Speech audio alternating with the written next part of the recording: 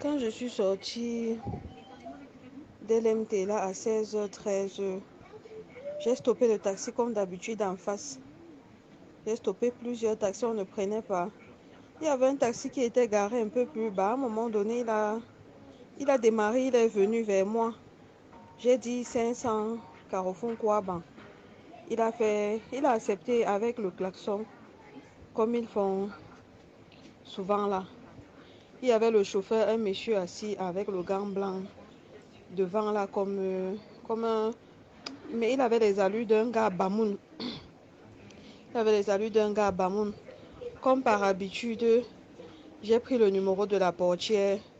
J'ai retenu, dès que monsieur assis, j'ai envoyé le numéro de la portière par SMS à mon mari à la maison. Il dit qu'il vient de prendre le taxi. C'est comme ça qu'il démarre. On arrive au Carrefour CP en haut là-bas. Il me dit qu'il va passer par Nouvelle Route Omnisport. Vu que c'est la route, j'ai dit que d'accord, il n'y a pas de problème. Quand on arrive au niveau de Célette, il passe plutôt par rond-point Loncac. Je suis toujours tranquille. Je me dis qu'arriver à Bata Loncac, il va monter. Quand on arrive au rond-point Loncac, quand on arrive à Bata Loncac, il continue tout droit comme s'il allait à Emana. Je lui dis, mais chauffeur, moi j'ai dit Carrefour. Pourquoi vous continuez tout droit? Celui qui était assis à côté me dit, écoutez madame, on n'a ni besoin de votre téléphone, ni besoin de votre argent, restez tranquille. Tout ce dont nous avons besoin, c'est de l'enfant dont vous portez. Vous comprenez que ce qui est sûr, c'est que vous ne serez pas en vie. Nous, on a juste besoin de l'enfant que vous portez. Et quand il a fini de parler, là, le chauffeur a bloqué. Il a monté automatiquement les portières et il a bloqué.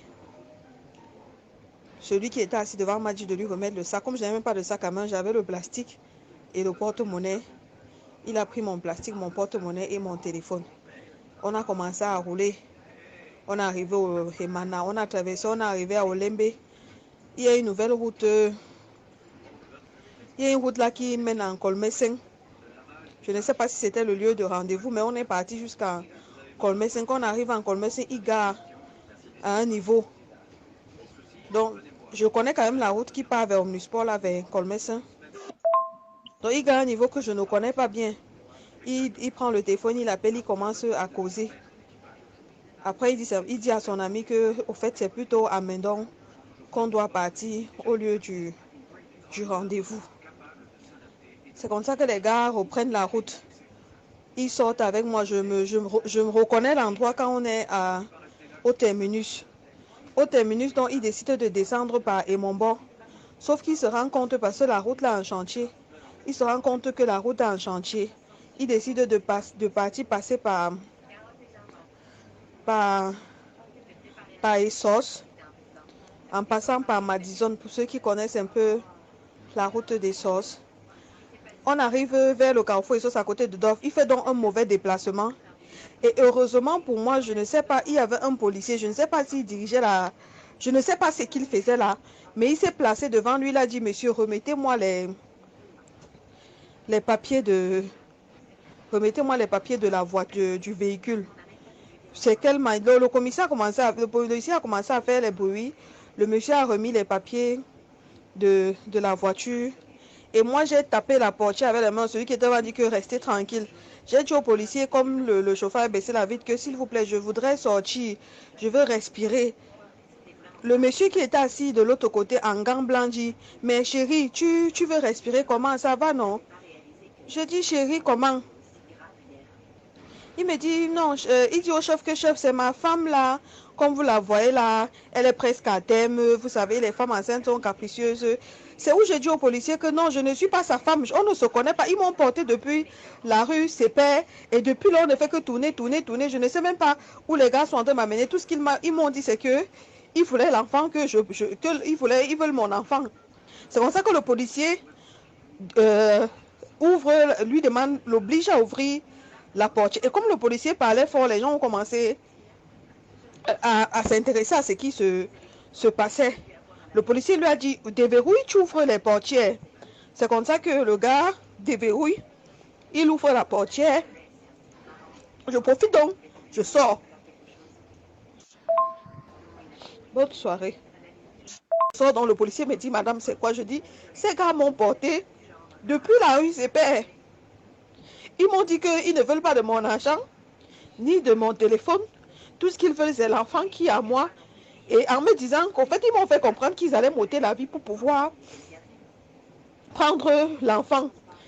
Donc le monsieur commence à dire, non, elle vous raconte des histoires, c'est ma femme, elle veut quitter le mariage. Ils sont une histoire. Là que non, non, non, écoutez, non, non, ce n'est pas ça. Et oh, c'est ma femme. J'ai dit au policier que je ne connais pas ce monsieur. Je vous dis, comme vous me voyez là, je sors de mon travail et ils m'ont porté à la rue, c'est pas lettre à l'entrée de mon travail. Demandez-lui comment je m'appelle, voilà ma carte d'identité.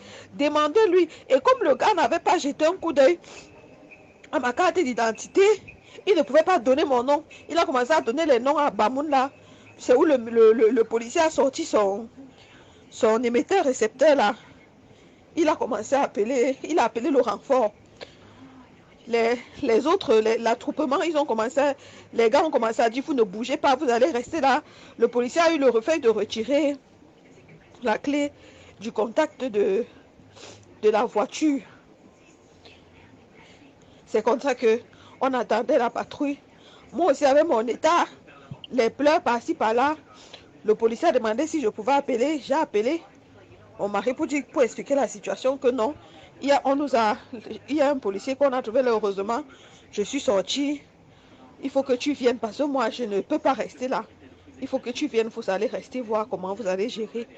C'est comme ça que moi-même, il y a un des policiers là qui a décidé de m'accompagner jusqu'à chez moi et de revenir et que quelqu'un vienne le suivre. Ils m'ont dit que demain, ils ont pris mon numéro, que demain, je pourrais passer, faire la déposition à la PJ. Où, au fait, ils vont m'indiquer où je vais venir faire la déposition demain, où m'a dit qu'ils vont m'appeler. Donc, pardon, soyez prudents. Oh. Il n'y a pas seulement les agresseurs là dehors, il y a les ritualistes. Parce que moi, je dis que ce sont les ritualistes, parce qu'ils m'ont dit clair qu'ils n'ont pas besoin de mon téléphone ni de mon argent. Ils veulent juste de l'enfant que je porte. Donc, pardon. Soyez prudents.